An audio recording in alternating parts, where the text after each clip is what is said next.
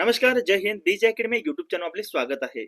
मित्रांनो, सध्या महाराष्ट्र पोलीस भरती चालू आहे आणि यामध्ये बऱ्याच ठिकाणची पोलीस भरती झालेली आहे आणि त्या ठिकाणचे रिझल्ट सुद्धा लागलेले आहेत. तर मित्रांनो, तसंच आज पोलीस आयुक्तालय नागपूर शहर या ठिकाणचं म्हणजे पेपरचा रिझल्ट लागलेला आहे आणि याची फायनल यादी सुद्धा लागलेली आहे. मित्रांनो, याबद्दल तुम्हाला म्हणजे उमेदवारांसाठी अतिशय महत्त्वाच्या सूचना दिलेल्या आहेत. त्यामुळे हा व्हिडिओ तुम्हाला शेवटपर्यंत बघायचा आहे. तुम्ही आपल्या युट्यूब चॅनलवर नवीन असाल तर कृपया करून आपल्या युट्यूब चॅनलला सबस्क्राईब करून घ्या आणि बाजूला बेल आयकॉन आहे त्याला ऑन करून घ्या, जेणेकरून आपण कोणत्याही प्रकारचा व्हिडिओ बनवला तर त्याची थेट लिंक तुमच्यापर्यंत पोहोचेल. चला, मी तुमचा जास्त वेळ घेत नाही, आपल्या मुख्य व्हिडिओला आपण सुरुवात करूया. यामध्ये मित्रांनो, महत्त्वाची सूचना काय आहे, लक्षपूर्वक ऐका. पोलीस आयुक्त नागपूर शहर यांचे आस्थापनेवरील रिक्त असलेल्या 595 पोलीस शिपाई पदाकरिता शारीरिक चाचणी व लेखी परीक्षेत मिळालेल्या व एनसीसी सी प्रमाणपत्राचे गुण मिळवून एकत्रित गुणाच्या आधारे गुणवत्तेनुसार तात्पुरती निवड यादी व प्रतीक्षा यादी दिनांक 6/5/2026 रोजी म्हणजेच आज पोलीस महासंचालक महाराष्ट्र राज्य मुंबई यांच्या म्हणजे एक वेबसाईट आहे मित्रांनो, www.mahapolice.gov.in आणि नागपूर शहर पोलीस आयुक्तालयाच्या वेबसाईटवर उमेदवारांच्या माहितीकरिता प्रसिद्ध करण्यात येत आहे. तसेच गॅस गोडाऊन पोलीस मुख्यालय नागपूर शहर येथील प्रवेशद्वाराजवळील नोटीस बोर्डावर प्रसिद्ध करण्यात आली आहे. आता यामध्ये मित्रांनो सूचना काय आहेत, यामध्ये 1 नंबरची आहे, सदर तात्पुरती निवड सूचीतील तात्पुरती प्रतीक्षा सूचीवरील उमेदवार वगळून उमेदवारांची मूळ कागदपत्रे पडताळणी करणे आवश्यक आहे. तात्पुरती निवड सूचीतील उमेदवारांनी कागदपत्रे पडताळणीसाठी दिनांक 8/5/2026 रोजी सकाळी 9 वाजता पोलीस भवन पोलीस आयुक्त कार्यालय नागपूर शहर सिव्हिल लाईन्स नागपूर येथे प्रत्यक्षात उपस्थित राहावे. मित्रांनो, ऍड्रेस लक्षपूर्वक ऐकून घ्या. यामध्ये जो तुम्हाला ऍड्रेस आता मी सांगितले त्या ऍड्रेसवर तुम्हाला सकाळी 9 वाजता हजर राहायचं आहे.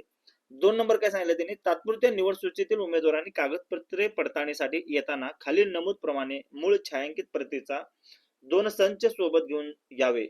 मित्रांनो, तुम्हाला 2 प्रतीमध्ये 2 संच घेऊन जायचे आहेत. जे छायांकित प्रत झेरॉक्स काढायचे आपले जे डॉक्युमेंट तुम्ही अपलोड केलेले आहेत किंवा या लिस्ट मध्ये जे डॉक्युमेंट आहेत त्या सर्व डॉक्युमेंट जे तुम्हाला लागू आहे ते डॉक्युमेंटचे 2 प्रतीमध्ये झेरॉक्स सेट न्यायचे आहेत. तुम्हाला सर्व मूळ कागदपत्रे सोबत आणणे अनिवार्य आहे.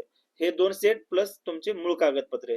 यामध्ये कागदपत्रे काय काय आहेत पहा. 1 नंबरला आहे ऑनलाईन आवेदन अर्जाची प्रत. ज्यावेळी तुम्ही फॉर्म भरला ते ऑनलाईन आवेदन अर्जाची प्रत तुम्हाला सोबत घेऊन जायचं आहे. 2 नंबर लेखी परीक्षा प्रवेश पत्र. तुम्ही रिटर्न एक्झाम ज्यावेळी तुम्ही ग्राउंड मध्ये क्वालिफाय झाला, तुम्हाला लेखी परीक्षेला जे हॉल तिकीट देण्यात आलं होतं ते हॉल तिकीट तुम्हाला सोबत घेऊन जायचं आहे. 3 नंबरला जन्माचा दाखला, टीसी, लिव्हिंग प्रमाणपत्र. 4 नंबर 10वी 12वी उत्तीर्ण असल्यावर गुणपत्रिका व डिप्लोमा. 5 नंबर पदवीधर उत्तीर्ण असल्यास गुणपत्रिका व डिप्लोमा. 6 नंबर जातीचं प्रमाणपत्र. 7 नंबर आदिवास प्रमाणपत्र म्हणजे डोमासाईल प्रमाणपत्र. 8 नंबरला आहे नॉन क्रिमिलियर प्रमाणपत्र. 9 नंबरला जात वैधता प्रमाणपत्र असल्यास घेऊन जायचं आहे. 10 नंबरला MSCIT उत्तीर्ण असल्याबाबत प्रमाणपत्र असल्यासच तुम्हाला घेऊन जायचंय, नंतर तुम्हाला ते सांगतील तिथे. 11 नंबर आवेदन अर्जात नमूद केलेल्या समांतर आरक्षणाचे प्रमाणपत्र, उदाहरणार्थ खेळाडू, प्रकल्पग्रस्त, भूकंपग्रस्त, माजी सैनिक, पोलीस पाल्य किंवा गृहरक्षक दल म्हणजेच होमगार्ड. तर मित्रांनो, 12 नंबरला आहे तुम्हाला बघा 6 रंगीत पासपोर्ट साईजचे फोटो तुम्हाला घेऊन जायचं आहे आणि 13 नंबरला NCC सी प्रमाणपत्र तुमच्याकडे म्हणजे असेल तर ते घेऊनच जावा मित्रांनो, कारण की त्याचे 5 मार्क तुम्हाला बोनस मध्ये भेटतात. 3 नंबरला आहे तात्पुरत्या निवड सूचीतील उमेदवार यांना दिनांक 8/5/2026 रोजी सकाळी 9 वाजता मूळ कागदपत्रे तपासणी करण्याकरिता बोलवण्यात आलेले आहे. मूळ कागदपत्र पडताळणीसाठी बोलवण्यात आले म्हणून उमेदवारांना नियुक्तीसाठी दावा हक्क करता येणार नाही. याबाबत सर्व संबंधित उमेदवारांनी व्यक्तिशः नोंद घ्यावी. 4 नंबरचा आहे मूळ कागदपत्रे पडताळणीचे अधीन राहून पात्र ठरलेल्या उमेदवारांची जाहिरातीत नमूद केल्याप्रमाणे सामाजिक व समांतर प्रवर्गनिहाय गुणवत्तेनुसार अंतिम निवड करण्यात येईल.